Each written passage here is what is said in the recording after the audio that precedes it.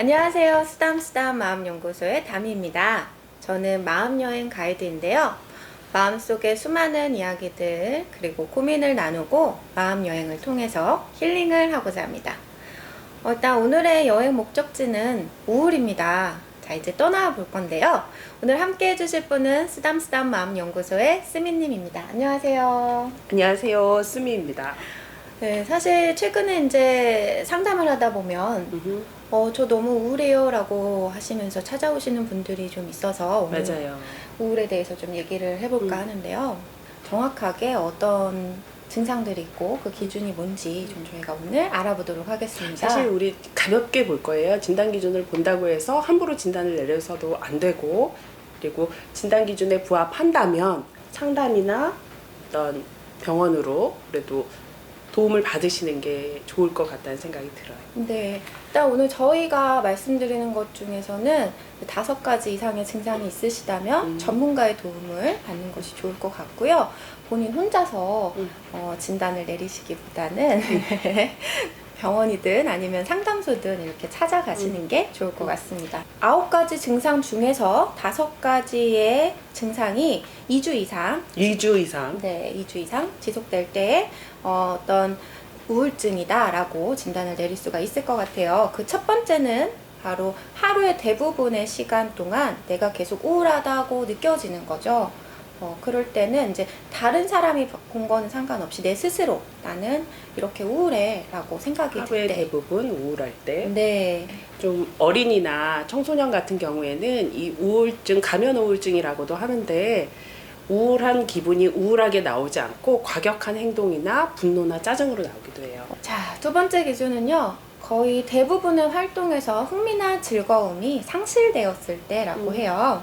뭘 해도 재미없는 거죠. 그렇죠. 뭘 이것도 해도. 재미없고 저것도 재미없고, 예전에 재미있었던 것도 하는데 재미가 없거나 아니면 하고 싶은 의욕조차도 안 들고, 네. 뭐 인생 원래 그런 거 아니겠어? 뭐 이런 얘기 자꾸 하게 되고. 좀 비관주의적인 그런 생각이 자꾸 들기도 하는데, 어머니 아버지가 같이 의뢰를 하셨는데 아버지가 뭐라고 얘기를 하셨냐면, 얘가 의욕이 없다, 뭘 하고자 하지 않는 것 같다. 그 아이한테 굉장히 잔인한 말일 수 있는데 본인도 나도 내가 왜 그런지 모르겠어요. 네. 뭘 하고 싶지가 않아요. 젊은 날엔 젊음을 모르지. 여보세요? 네, 전화가 왔었죠? 네. 잠깐 전화 받고 돌아왔습니다. 이어서 세 번째로 넘어갈까요? 네. 세 번째는 체중 조절을 딱히 하지 않는데, 찔리셨어요? 네. 체중이 갑자기 증가되거나 갑자기 감소될 때, 혹시나 내가 우울증이 있을까? 이렇게 의심을 좀 해볼 법한데요. 네, 저도 우울증 핑계를 대고 싶은데 우울증인 2년 동안에, 아니 1년 사이에 딱 10kg가 불더라고요.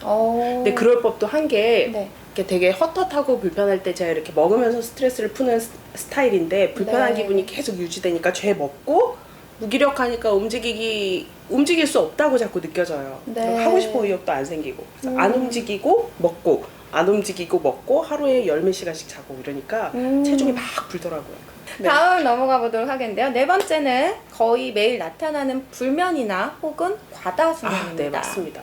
졸립지 않은데 자고 15시간에서 최대 저는 20시간까지도 잤었거든요. 20시간 네. 자고 일어나서 먹을 거 먹고 다시 또 자요. 아. 계속 그렇게 잠이 들고 잠이 와요.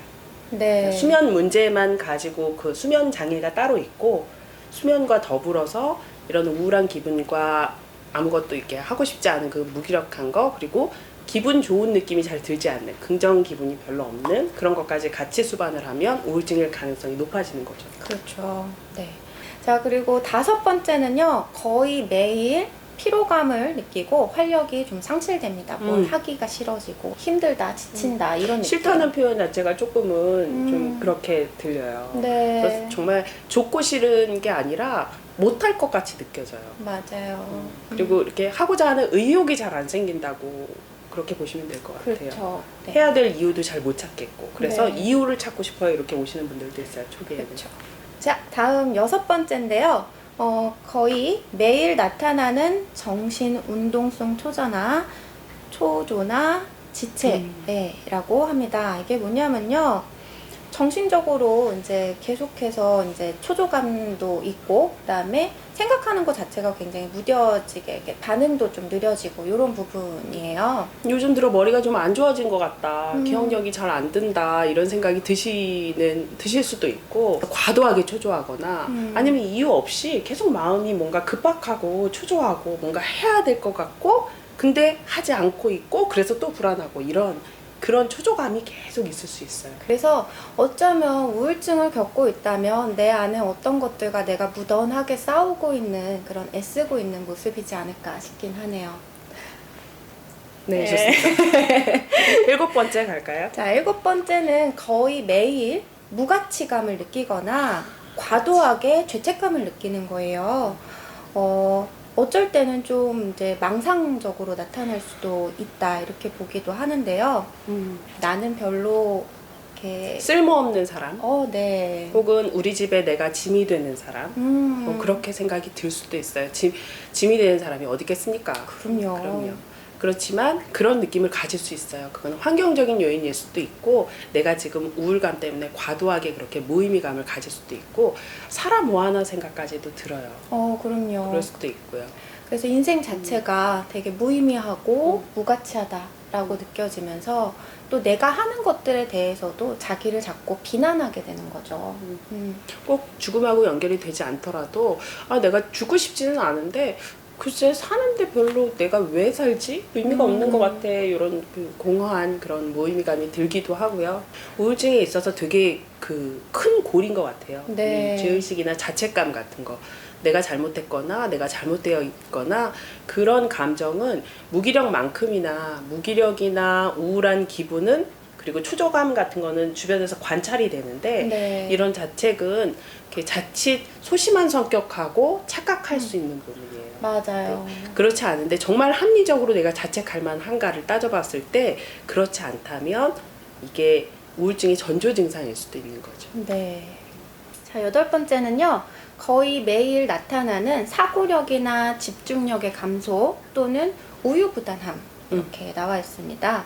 그러니까 난 이걸 선택할 수가 없어. 난 이게 좋아 이렇게 계속 고민을 하고 그다음에 사고 자체가 좀 멍해져 있거나 아까 얘기했었던 부분이기도 한데 집중력도 좀 현저하게 떨어지는 그런 부분이죠.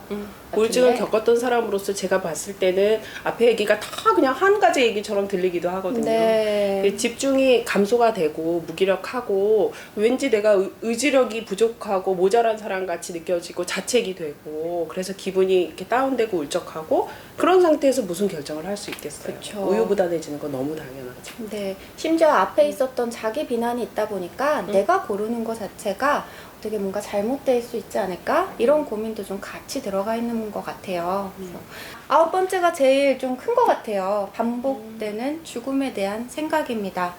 자살 행동으로 그다음에 직접적으로 이렇게 위험한 행동까지 나타날 수도 있지만 그냥 막연하게 나 그냥 여기서 빨리 생이 마감됐으면 좋겠어. 혹은 아침에 일어났을 때 그냥 눈을 뜨지 않았으면 좋겠어.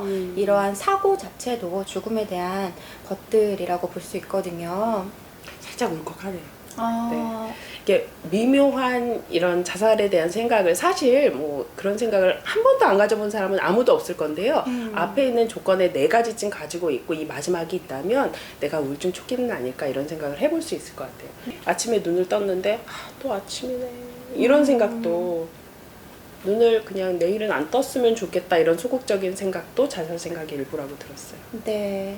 그래서 이런 생각들이 실제로 이제 행동으로 이어질 수도 있기 때문에 이럴 때는 빠르게 좀 전문가의 도움을 받으시면 좋을 것 같고요. 일단 진단은 상담가나 의사에게 맡겨주시고 내가 지금 불편한 게 아마 이 9가지 중에 몇 가지 때문에 불편하다면 우울증인가 아닌가 진단 정도는 받아보시면 좋겠어요. 자, 그럼 1번은 첫 번째 하루의 대부분 그리고 거의 매일 지속되는 우울한 기분입니다. 자, 두 번째는 거의 모든 일상에서 흥미나 즐거움이 상실되었다고 느껴지실 때. 세 번째는 체중 조절을 하지 않음에도 불구하고 체중이 갑자기 불어나거나 아니면은 감소되었을 때.